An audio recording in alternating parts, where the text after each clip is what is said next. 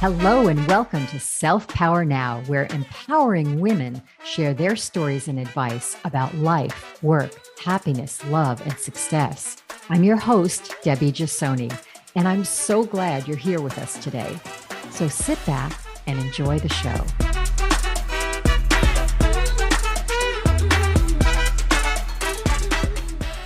Smile. My guest today is Lumbie Mlambo. Lumbie is a force of humanitarianism and women's empowerment throughout the world. She was born in Zimbabwe and moved to Texas in 1985, which we're going to talk about in a little while.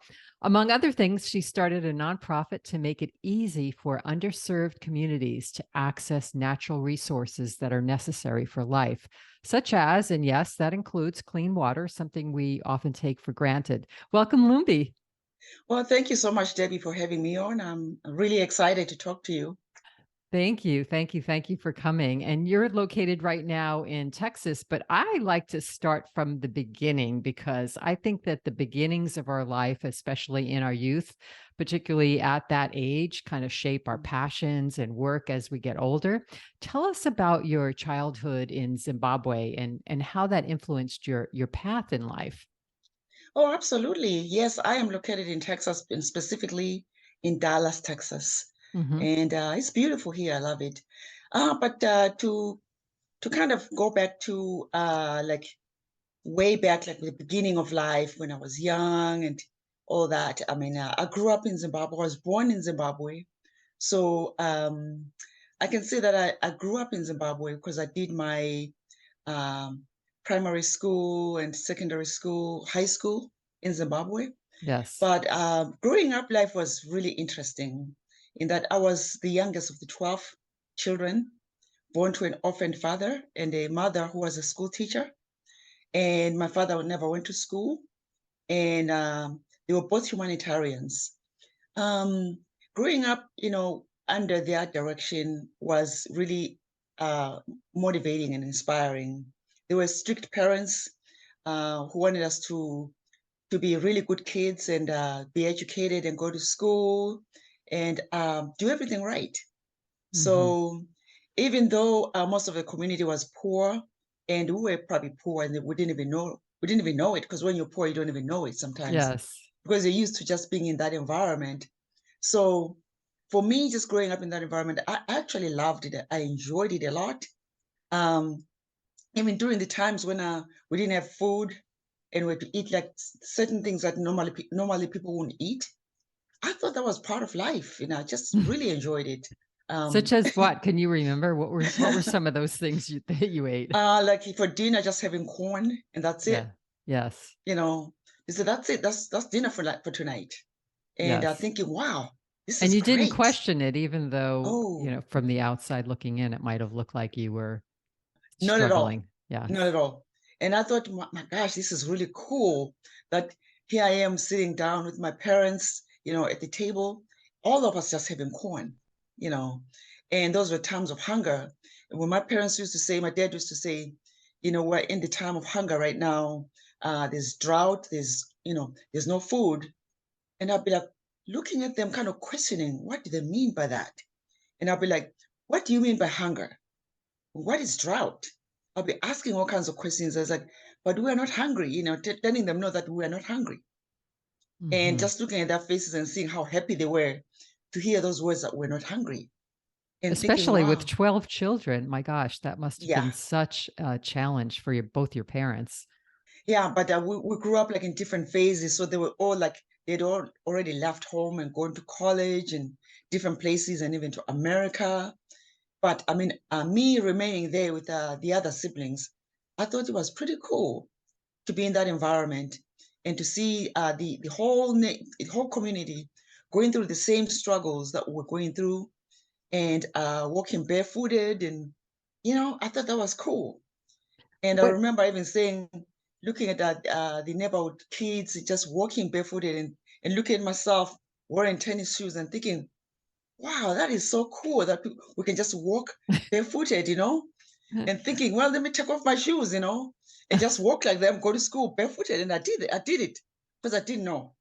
And you had such great role models. You know, they say that our soul chooses our parents or how we're going to grow up. And Exactly. you definitely, for your life mission, you definitely chose the right role models. What Yes. was the environment for women in where you grew up? Your mother was working, she was a school teacher. Was there a lot of equality?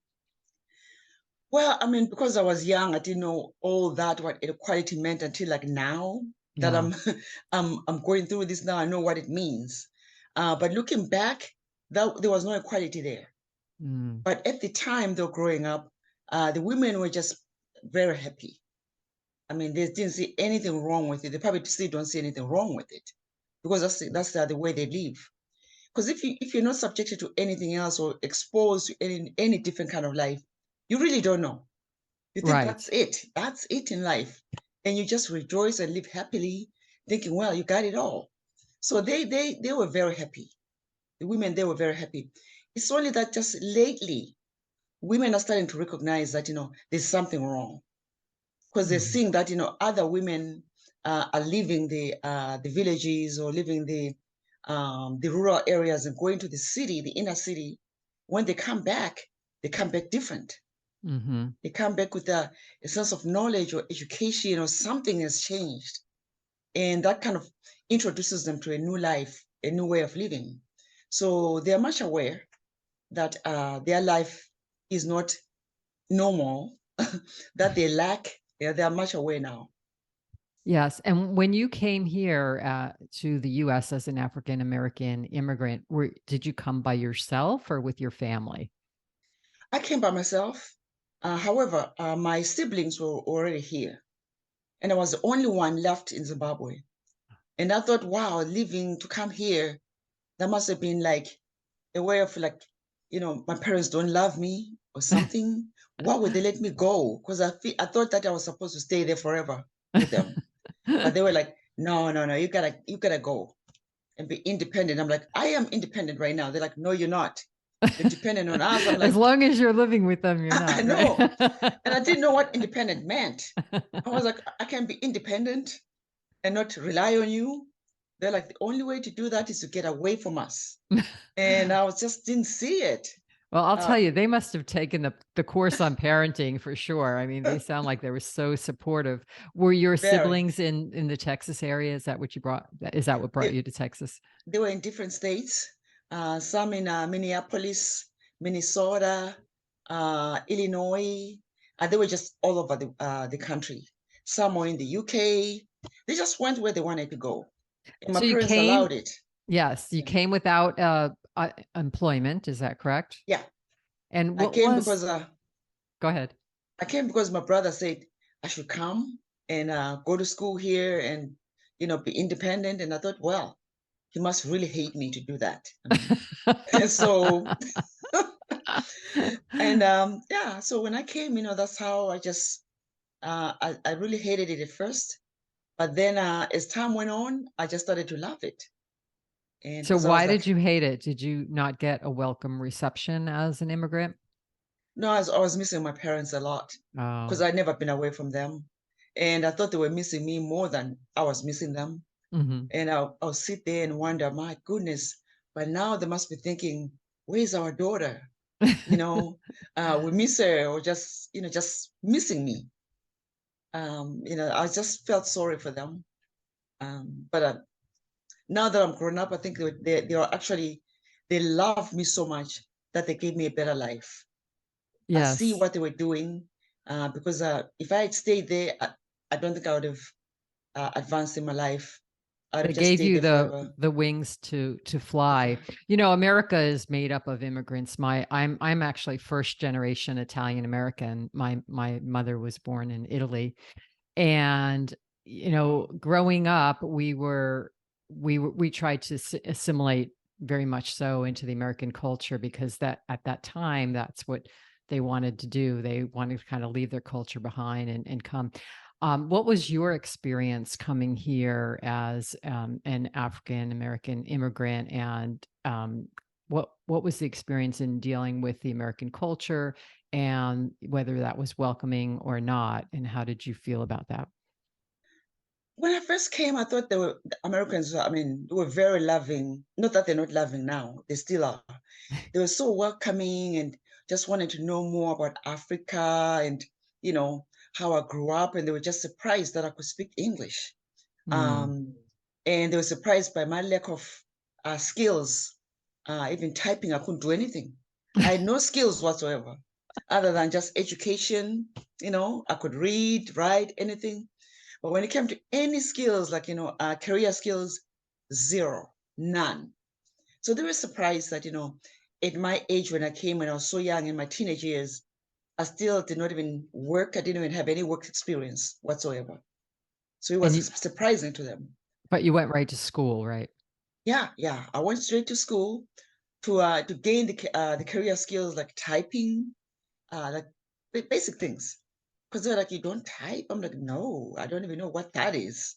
And they found it fascinating, and it was fascinating for me too. But just the culture was different, that even the food tasted different. I didn't like the food, and just I was missing the food at home. The weather was brutal. It was cold, and I wasn't used to this type of cold. I was just used to like a warmish kind of environment. Mm. Um, Everything was different, but people were very lovely and very welcoming. What You know, advice can you give to other maybe listeners who have just come to a new country, whether that's U.S. or somewhere else? I mean, we've got listeners all over the world to this podcast. Any advice for them? oh, my advice would be, you need to listen to it when people talk or are speaking, because our language, even though you speak English, when you're in this country, English is different. The accent is different. They don't understand you. So you need to talk slower. Mm-hmm. Especially if you're an immigrant, you need to be slow in talking and not talk fast.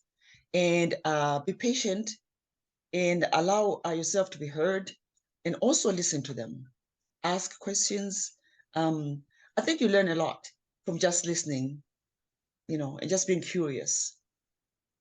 Right. That's my And advice. I say too, asking questions. People really love for you to ask questions. And most times people want to help, right? Yes, yes. That's what Most I times, found. yes. Yes. Now, as everyone in life, you've dealt with challenges in your life, and death in your family obviously was one of them. We all have had experiences with death or dying in our family, but one in particular really influenced you and your work going forward, and that was the death of your father, JB Dondolo. Can you speak a little bit about that and the lessons that you learned from him and his legacy? Oh, absolutely. Um, when my father was, dying, his dying wish was for the children to continue his work. Mm. And I could never understand at first because I didn't know what he was doing, first of all. So I That would kept saying, help, yeah, right? yeah, yeah. I know. I would just kind of block it and say, yeah, we'll do whatever, we'll take care of it, because I thought it was something, what could he have been doing that is like a big thing, that we don't know about. And to me, his work was, continue, helping people, you know, making sure people have food in the community and stuff like that, being kind to people, welcoming people to our home, like, our own siblings, like, your own siblings, because he did that himself and my mom. We lived with a lot of people that we thought were our relatives, but we're not even close to being relatives You were just giving them a because place to stay. my father was giving them a place to stay and would be like, Yeah. that's your sister, that's your brother, that's your uncle, that's your aunt, and so forth. Mm. And we thought, wow, they were part of family. So like the actual family, like, same father, same, like close, relatives. Right. And we didn't know. And I thought, yeah, we'll continue doing that. Sure, no problem. But I think just sometimes not knowing certain things is really helpful in your life, because when you learn, you find out that, it's really helpful for you to grow mentally and physically and just emotionally and be welcoming of other people. So because I really didn't know or understand the magnitude that for the work that my father was doing, I actually undertook that ask from him to go on and finish his work, because I thought, I'll finish it in just a week or less than a week. But just, his death and knowing that he was no longer there was traumatic. It took me a long time to get there because I missed him so much, and I just could not understand what I would do without him. That's how much I loved him. And I thought, to me, it was as if the whole world had just collapsed. To even continue his work was this reminder that, oh my God, how can I even continue his work? Because that means I'm pretending that he's here and he's not here. And you actually had a traumatic experience when you went to visit him. Right. And the thing is that while I was there visiting him before he died, 4 days later, I had a stroke that left me partially paralyzed. And I didn't even know what that was, a stroke. I was coming here from America because they called me and said, you better come home. Your father is about, most likely won't live. He's going to die. And I got there, he was very ill. And then 4 days later, I have a stroke, and I don't even know what that is.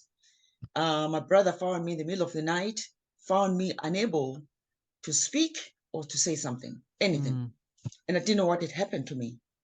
And they called the doctor who came in, examined me and said, well, you had a stroke. And I was like, looking at the doctor thinking, what is a stroke? I know about the stroke. I know about it. But what is a stroke? We need to research this, because I didn't know. But they told me what a stroke is. I was paralyzed, partially paralyzed. And little did I know that I was going to continue having a stroke while I was there 3 times until the doctor who saw me said, if I stayed there in Zimbabwe, I will die. I had a 50-50 chance of surviving. Was that because there was not enough medical care, or there was not enough medical care, not enough, the hospitals had a lack of everything, even to diagnose me properly. They lacked a lot of stuff. So he told me that if I came back to America, I had a higher chance of surviving. But if I stayed in Zimbabwe, my chance of surviving was very small. And then he said, had your father already passed away by then? My father was still alive at that time. Oh gosh. And he said, but if you leave like today, and this was like around 1 p.m. And he's like, if you leave like today and go back to America, your chance of survival is 50-50. Wow. Because if you fly after you've had a stroke, you probably will die. But if you stay again and there's no medical care, you die. And my brother said, well, we'll take the 50-50. Meaning we left the doctor's office to go straight to the airlines to book a flight. But as you know, booking an international flight within the last minute for the same date flight, the same day, for a flight that leaves at 5 and you get there around 3, what are the chances? 0. My brother tried and we could not get on the flight, but we managed to get on the next flight, leaving the next day. My biggest fear was that if I went home and stayed and slept overnight, that I was probably going to die.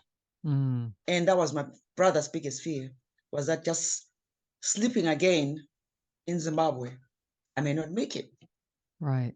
But hey, I stayed, I made it the next day, left in the morning, traveled alone because there was not enough money to buy a second ticket for my brother. And my brother, I remember when we got to the airport and I thought I was traveling with him.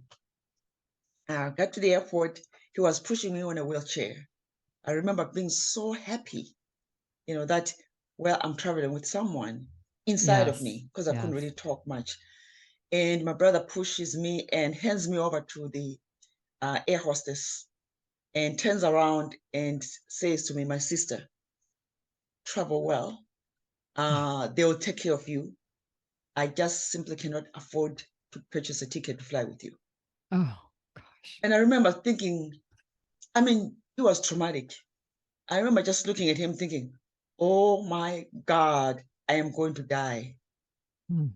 But And that's no small flight either. I mean, that's a no, long no, flight from no, Africa long to the flight, US. 21 hours, Oh, thinking, oh my God. uh, But I mean, I left and I came back.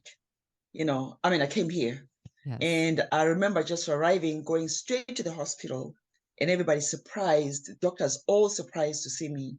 So many doctors surrounded me to say, why does such a young lady, so healthy, who exercises 7 days a week, and it's so healthy, have this kind of condition? And it happens. And, they diagnosed me correctly, I suppose, but nobody could really tell what was causing the stroke. But they put me on medication for life, which is why up to today, I'm still a stroke patient. Mm-hmm. And I had a stroke in 2001. Up to today, I still take stroke medicine for prevention.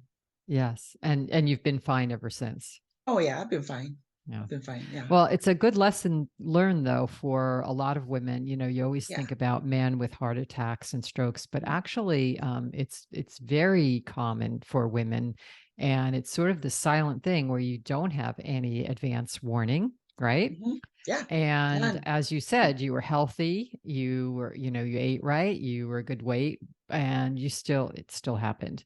Yeah. So very, very cautious. And I don't know if there was anything that you could have done to prevent it or if there were any other tests, but so that was, Right. and it could have just been related to the stress that you were under. I mean, stress causes all kinds of crazy Could have been things anything. in our Yeah. bodies, right? Exactly, So, because also traveling, for that yes, long, sitting down, maybe I sat down for too long because I had blood clots. That was one thing. yes, So yes. who knows what could have happened? Yeah.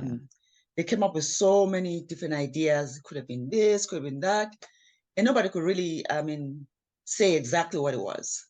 So other than we can prevent it going forward from happening, which is what they did. But fast forward to that, I really did actually, after a while, decide to go and, do what my father wanted us to do, to finish his work. But he wanted us to extend the maternity wing for women at this clinic so that women had access to better services and better care, so that, the maternity wing had delivery beds and maternity beds, and recovery beds. And I went there thinking that's what I was going to do. But when I got there, everybody seemed shocked to see me because they didn't know that my dad had a child this young. They called me young at the time. I looked like, wow, where did you come from? They all stared at me like, who are you? And what do you want? And they really felt sorry for me. And when they found out that my dad had the youngest daughter, they were like, wow, that is amazing. What are you here to do? I'm like, I'm here to refurbish the clinic. They will all look at me like staring at me like, wow, this is a huge task. Your father could have done it. But as if they're saying, but there's just no way, Do you think it was because you're a woman or because you were young or a little bit of both? I was young and probably they looked at me, maybe I looked afraid as well, and confused and not really knowing what I was doing, and just like, let's get it over with. I just want to finish up this thing. They kind of felt sorry because my dad had empathy and love for people. He would talk to people first and socialize, and me just come in. I'm here to do this. Like, oh, you just want to get it over with. It could have been both. So, but instead they were like, well, you know what? Let's negotiate here. How about you give us water and leave us alone? I'm like, what? Water? I said, well, but I still need to do my father's work. They're like, well, we don't want a clinic anymore. Just forget it. I'm like, well, I can do it. I'm serious. I can do it. They're like still looking at me like, yeah, sure. But then in the end, I was like, fine, okay. I'll go ahead and give you water within a day. I'll just come back tomorrow, give you water so you can be happy. And then they're like, yeah, good. So then we left. I was leaving, just walking away. I'm thinking, wait a minute. What are they trying to do to me? What kind of deal is this? Well, first of all, where were you getting water? Were you buying water? Like, what was that about? I didn't even know. I kept thinking, well, water. I'm going to go get a lot of water for them and just bring it and just deliver it. Let me go back to town and just get it and deliver it. Because I didn't even ask. I was so naive to even Right. ask questions. So, but I turned around and said, wait a minute. So if I get you water, say like tomorrow, I bring water, and you have all the water you want, would you let me refurbish the clinic? They said, yes. I said, okay, I'll be back tomorrow. I left. And then that's when it dawned on me when going back, how am I going to provide this water? They just don't mean like temporary water. Because I was thinking temporary, like bottles of water or whatever. Right. And that's when it hit me. I said, no, they need a permanent fix. So that's when I started doing investigative work. I came back here and asking questions, and then I found out, wow, this is a humongous, a lot of work, a lot of effort to provide water. And I decided to start a nonprofit and name it after my father, JB Dondolo, to serve as a constant reminder why I was there in the first place. I didn't want to lose sight and forget why I was there. So, and I said, okay, I provided the water, but then everything changed to the love for water. I found my passion other than what my father was doing. In the process of providing the finishing his work, I found my passion, and my passion was water. And so it out of a evolved. very negative event, your father's death, came triumph, which is often the case in life. If we're willing to look, as you said, if we're willing to be curious enough to look and see how can I make this a positive event out of a negative event? And that's what you did. Exactly. Yeah. Because I started asking questions and learning and getting out of this thing of being naive, of not knowing anything. Right. I said, sometimes it helps to just kind of sit back and kind of reflect and say, what is this? And what is it about? And understand more than just, okay, let me just do it. So, but just going through and learning and learning more about why water, and that it affects mostly if it affects women and girls. That's when I started really looking back. I said, wait a minute. When I grew up in Zimbabwe, I used to walk miles to collect water. And I remember even getting my neck hurt all the time. And I thought it was part of life, and I was enjoying it because I thought, well, as a I kid, just that's didn't like fun. it. Yeah. But little did I know that, actually women were so impoverished, and so there was such this gender inequality. There's no gender equality at all. They were so far left behind. And then I understood why more boys, went to school than girls.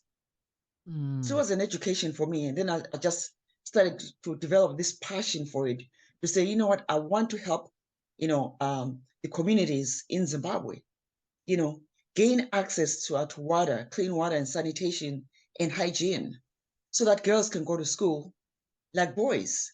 And also so that women can focus on themselves, gaining career skills and other skills to advance themselves.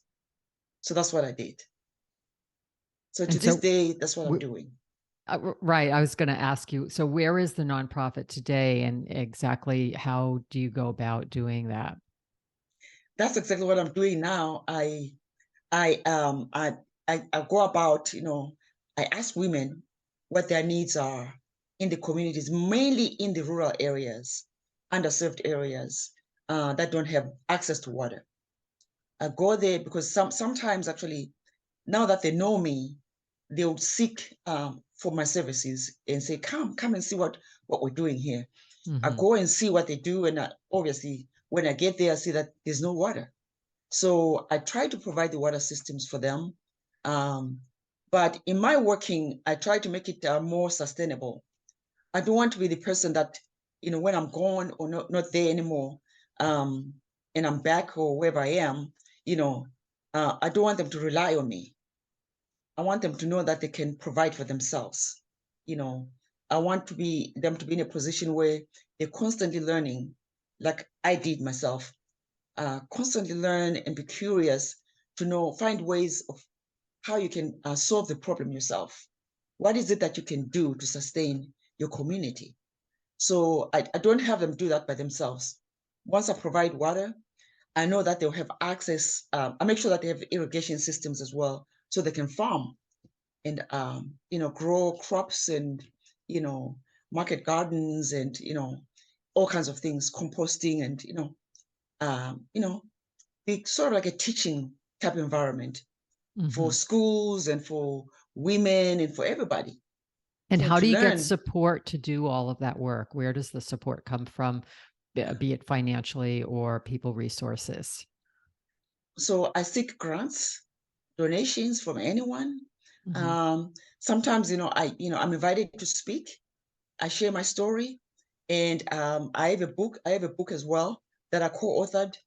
I sell, as I speak, I sell my books, and I also have student interns that work for the organization, that do paintings and all kinds of things. Stuffed animals that we put on our website, and people buy those, or they bid on certain things, and yeah. So that's Mm. how I raise funds. That's beautiful. Now, this show is about women empowering other women with their stories and advice. And um, we don't all always have like such a big, grand purpose in life as you have, going to another country. You have a very specific background where it all sort of fit together. It seems like everything fit together in your life, being that your father was a humanitarian and your mother was a teacher. And now you're kind of bringing that all full circle back to where you came from. What advice can you give women now who want to support women, whether it be in their communities, in their job, in their life, on any level? It doesn't have to be on a grand world level, but on any level. What advice can you give? I would say, if you can find it, you have to have passion, first of all. What are you passionate about? Hmm. You know, um, find your passion and try to see in the communities. It doesn't have to be water. It can be anything. Just by talking to someone, you can find out what the issues are that they're facing. Just find out, talk to people. Be always willing to have a conversation with someone to learn more. And if it's not an individual, maybe become part of the community by, joining like a community activity center, to find out what they do, Hmm. and how you can help. You'll be surprised that, there are so many issues in every city, whether it is in the inner city or outer city or wherever it is, rural, there's so many issues wherever you go. And the way they solve those issues is through you, by you making yourself available to volunteer, just become involved, Yeah, I found that too, so many that through ways. volunteer experiences is where you really learn what's going on in your Yeah. community. I used to volunteer a lot for a homeless shelter, and it was mainly women, single women with children, and they didn't want to be homeless. They wanted to get out back into society and work, and they just fell on hard circumstances. And you really learn when you're in that sort of environment, what are the needs of the community. And it was, this was just one little center by my house, but it meant a lot for other people. I would teach life skills and meditation and some other interviewing skills and things like that. But there are small little things. I mean, even if you have a neighbor, an elderly neighbor who needs some help, for instance, or maybe some food, bring some food over. I'm Italian. I like to cook, so I like to give people food. But even things like that can help another. It doesn't have to be. I mean, you have such a grand purpose in your life, but it doesn't have to be that big. You can start really small, or even start within your own community. But I think it's really important that you have a basis that, or foundation, that you want to support a female environment. You want to support women, because it's not always the case, is it? It's not always the case. That's right. Yeah. Yeah. Yeah. I like that you talking about even your neighbor. You're just talking to your neighbor. A lot of people don't talk to their neighbors, Yes. just knock on their door, you'd be surprised, they need you. They need you. You know, I'm often surprised that, you know, we assume that everybody has water, clean water. Yeah. You'd be surprised that your neighbor, you know, you may think that your neighbor has the same water that you do, but maybe they don't. Yes. So knock on their door and, you know, take water there, take food, like you're saying, you know, anything that they need. But yeah, supporting women, my organization specifically supports, I make it my mission and my agenda to support women and girls. Why? Because women and girls lag far behind everything in this world. So I am trying to advance us, you know, put us ahead as well to kind of catch up to see, can we get from here to here? You know, how far can we go? And if we were to get here, can we make a difference in life? You know, in the society, can we make a difference at all? So that's why I support women-led organizations as well. Not that I don't support men-led organizations. I do. I do. But I really think that, you know, the whole world is rooting for women. The whole world is rooting for women because we're far behind. We're left so far behind for a reason. Right. That's why. And I also think it's not only women, but the energy of the feminine. The energy of the feminine needs to come out in the world. And that's the energy of love, Yes. compassion, empathy, service, right? And if we built more of that energy in the world, we'd have a lot less war in the world. We'd have a lot less conflict in the world. And so it's not just women, it's more of that, bringing that feminine energy of receptive compassion to everything you do in the world. Absolutely. I'm with you there. Absolutely. Yes. Yes. I I want agree. to ask you one last question, and it seems like you grew up in an environment that was completely service oriented from day one.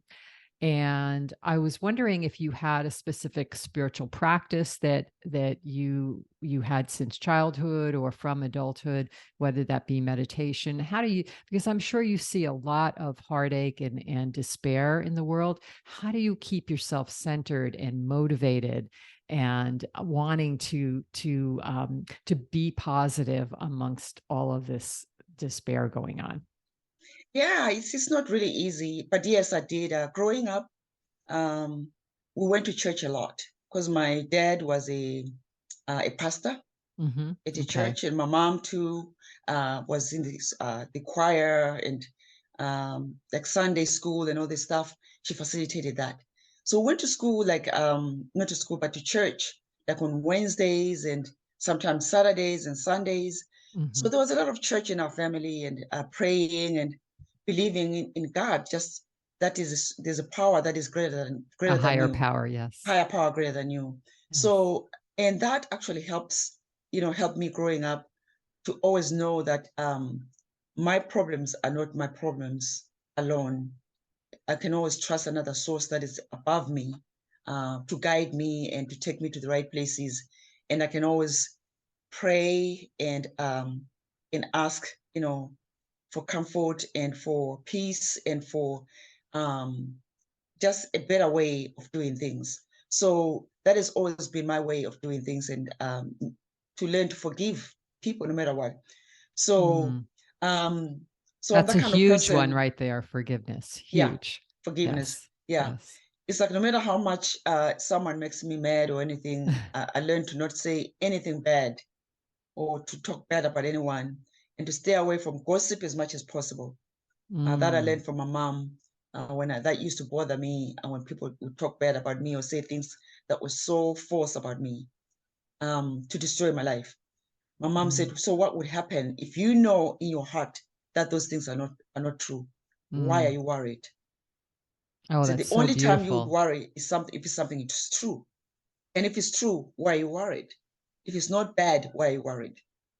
Mm. So I learned from there on to say, you know what, I can learn to be to always have that kind of mind that is positive and be positive about anything that I go through, no matter how hard it is. When the going gets tough, I can always remain positive as long as I know and keep telling myself that, what really matters in this life is knowing who you are and knowing who the greater power is that there's somebody greater than you that is above you. And also knowing that you're not the only one. You're not the only one going through this problem. Everyone in life goes through this problem. If you're a human being, you go through a lot of problems. You just have to know how to deal with them. Right. No one gets out of life unscathed, right? Everyone has some Exactly. sort of challenges, whether they be small or trivial or tragic. Exactly. But there is always light at the end of the tunnel. It depends on how you choose to react to those challenges. Yeah. And you've had such a great foundation and kind of I just feel like such a sense of self-worth for your being and who you are, and just all light and love, that of course you're bringing wonderful, wonderful things to the world. And I thank you very much for that and for your presence here with us today, Lumbie. Oh, thank you very much. I really appreciate you having me on here to share my story, because that's how we grow. Yes. I speak to be heard, and I speak so that people know what we're doing. So you've given me that platform. So I appreciate this platform that you've given me. Oh, my pleasure. To share this my pleasure with the whole world. Listeners, you can find links to connect with Lumbie and her nonprofit on my website, selfpowernow.com. And while you're there, you can listen to other podcasts and get some free gifts. That's selfpowernow.com.